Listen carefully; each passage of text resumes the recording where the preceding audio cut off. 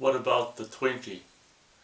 Hello, huge movie fanatic Nate, stopping on by. This time I'm coming at you for a short video to showcase something else Ghostbusters related. If you may or may not know, the last video I uploaded to this channel was a look at a vintage frickin' video store mini standee of Ghostbusters from 1985. And then I thought it only made sense I got this. It just occurred to me I've got this in my collection that I got for $1 at some point. What's it say? Possibly 2004. Who knows when you know what? Who knows when I got this? I don't know when I got this. At some point.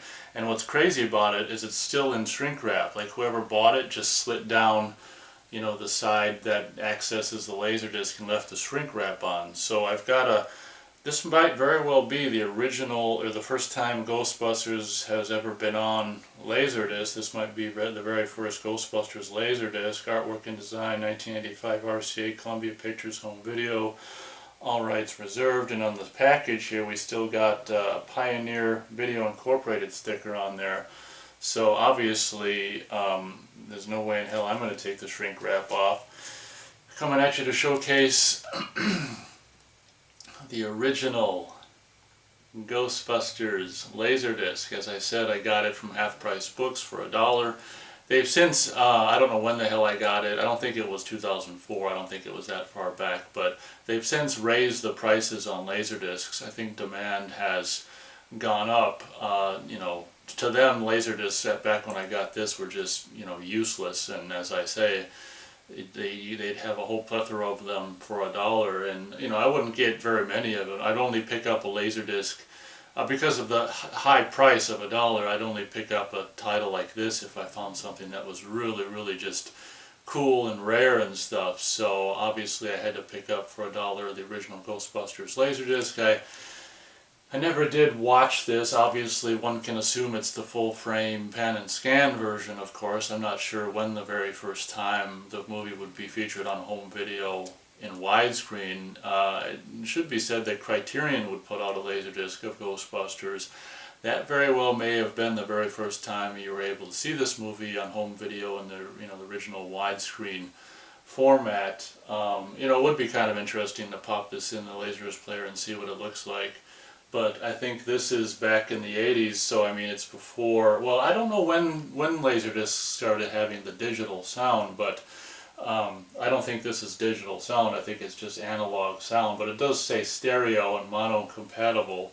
But you've got this CX thing, and the CX mark indicates that this video disc has authorized the CX noise reduction system. So that was something that was used on the analog LaserDiscs. Obviously, if you had digital sound, you wouldn't need noise reduction because there's no noise unless the filmmaker or whoever made the, you know, authored the disc or you know, mastered it or whatever, put noise on it.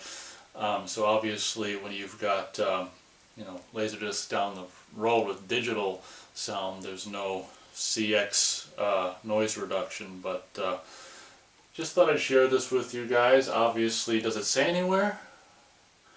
I don't think it does. It doesn't even say anywhere that it's extended play, not that I can see. But obviously the first side, oh, here it is on the top here. This video disc is an extended play. In this format, it can offer chapter search, scan, pause, and dual channel sound depending on the recorded contents. For those of you who do not know, you know, you could fit an hour on a LaserDisc side with extended play. So if a movie was under 2 hours long like Ghostbusters is, all you need is one disc and two sides. First part of the movie's on the first side, second part of the movie's on the second side. We got the front cover there, of course, as you've already seen. And then we got the back cover here with some kind of cool imagery there. We got Slimer, of course, and the gatekeeper and the keymaster and all four. It's cool that they actually have a picture of all four Ghostbusters. It occurred to me while I was like editing or watching back, quality checking the video I did showcasing the standee. It's like, yeah, one thing that's kind of a bummer about it is it's just like got the 3 Ghostbusters on there. So at least on the back of this, they, you know, have all four of them from the end scene, but obviously, as you can see here, you've got the cast and stuff like that. So I guess that pretty much does it. I've probably shown you, high resolution digital pictures of this in addition to this low resolution video footage of it. Before I end the video, you might want to see what the label on the actual disc looks like here. We've got the Ghostbusters logo, of course, and it's kind of interesting that, even on the label back in 1985, they actually had the kind of the official logo, with the actual Ghostbuster thing, ghost image and the Ghostbuster circle and the slash through it on the actual label for the side 1 here of the LaserDisc. And then of course we've got side 2, which looks identical, except for instead of a 1 it's got a 2 indicating side 2. Yeah, as I said in previous videos, I used to be a LaserDisc aficionado from like 1994 when I think that's when I got my first player, to I don't know, 97 when DVD came out. It seemed like an eternity, 94 to 97, but looking back it really wasn't very long. But there are things, of course, I liked about LaserDisc, digital sound, and a lot of times it was the only way to see a widescreen version of something.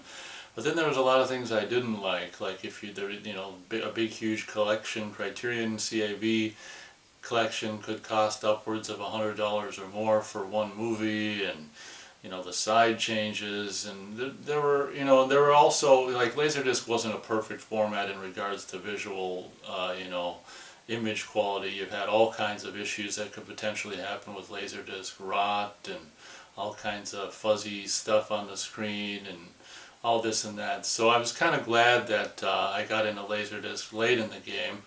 And DVD ended up coming out, because let's face it, I mean, DVD and now Blu-ray is just so much better than frickin' LaserDisc. But it's still fun to, as a huge movie fanatic and a movie aficionado and home movie enthusiast and stuff, or I mean home video, movies on home video enthusiast, it's fun to, collect this stuff if you can come across it for a frickin' dollar and stuff. Some of the early, in this case probably the very first LaserDisc of Ghostbusters ever made, some of the early versions, video incarnations of movies on LaserDisc from the 70s and the 80s, So, as a huge movie fanatic and aficionado, it's fun to collect this stuff, even though it's, rather archaic, and, you're not exactly necessarily going to watch the movie this way. It's still fun to collect, and in this case showcase these items for you guys across the world, around the world, to see and stuff. And as you can tell, I'm rambling, so I think we'll leave it there. Thank you very much for watching this video, and as always, we'll catch you on the next one.